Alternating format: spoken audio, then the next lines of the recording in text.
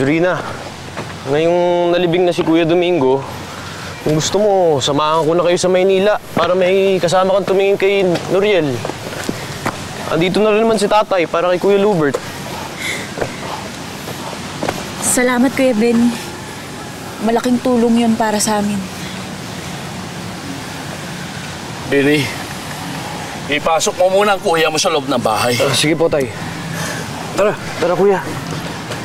Tara. Robert, Sige. sa loob muna kayo ng bahay, ha? Sige, Tay. Ako na bahala dito.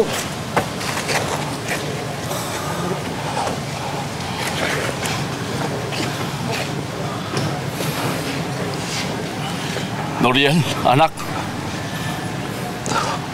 Inaamin ko. Nakapagbitaw ka ng masasakit na salita sa'yo noon. Halos isisinumpa kita. Sisig-sisi ako, anak. Kung pwede ko lang bawiin lahat ng mga nasabi ko sa'yo noon, hindi ko ginustong magkatotoo ng mga binitawang ko salita sa'yo. Sino ba namang ama pamagnanais na magkasakit sa sarili niyang anak at mamatay? Wala! Kaya sana, patawarin mo ako, anak. Tay,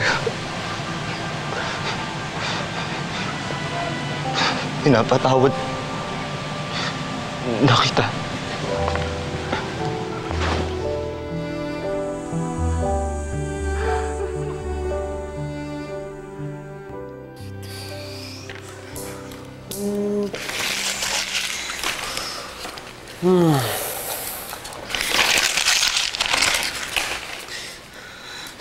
Mukhang seryosong-seryoso ka dyan, ah. May problema ba? Ano ba yung dinodrawing mo? Family tree niyo, Kuya.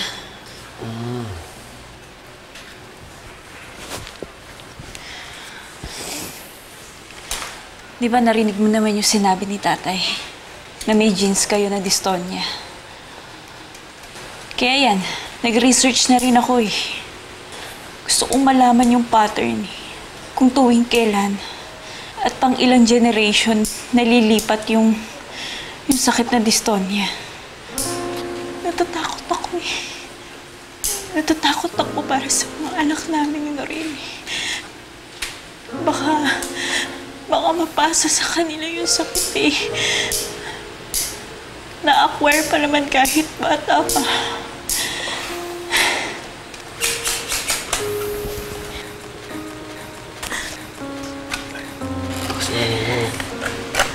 Anak, dito. Diyos ko. Huwag naman sana. Huwag naman sana, Lord.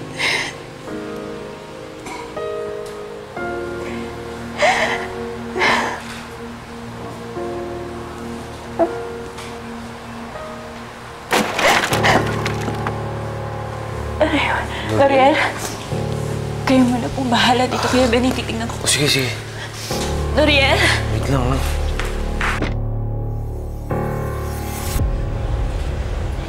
Noriel, yung bata!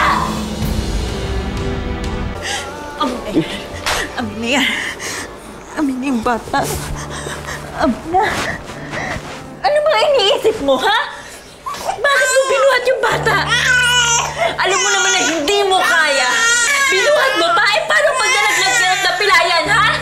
Gusto mo bang magkaya yan sa'yo?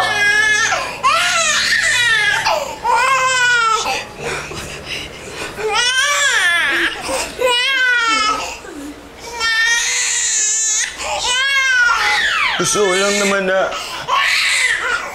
maakap si baby tulad ng pag-akap ko kay baby Nicolas yung okay pa ako. Kasi baka hindi ko na magawa ulit makaakap si baby dahil baka ako na yung susunod na mawawala tulad nung nangyari kay Kuya Domingo. Sorry. Sorry.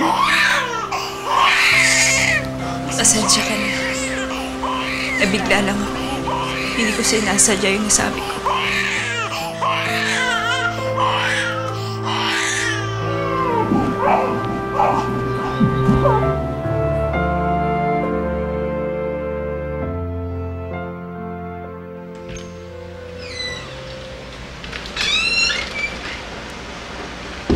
Di?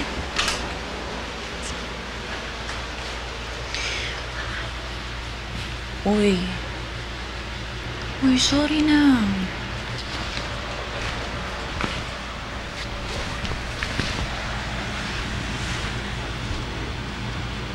Sorry na. Hindi ko naman meant yung mga sinabi ko sa'yo eh. Mainit lang talaga yung ulo ko lately kasi sobrang pagod na ako. Bati na tayo? Ha?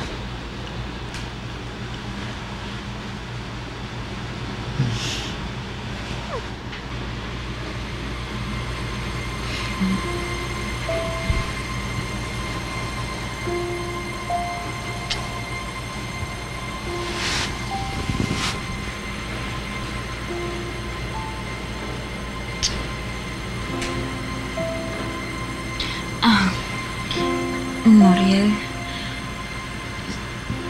kaning next time na lang. Sobrang pagod ko talaga ngayon eh. Pero promise, babawi ako.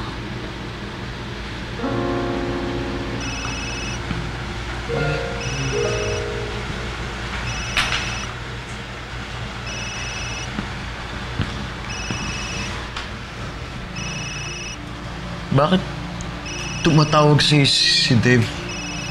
Diba ito yung office mate mo na may gusto sa'yo noon? Oo, siya nga. Hindi kasi nabalitaan niya doon sa common friend namin na naghahanap ako ng trabaho. May kilala siya. I-recommend niya ako doon. Bukas nga yung interview eh.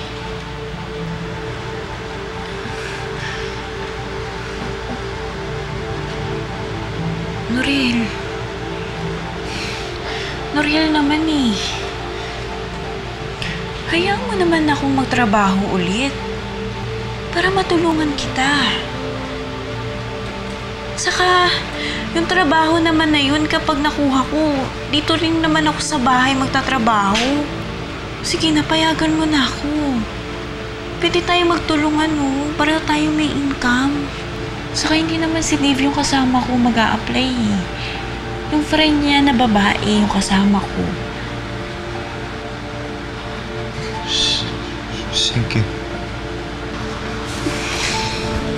Salamat.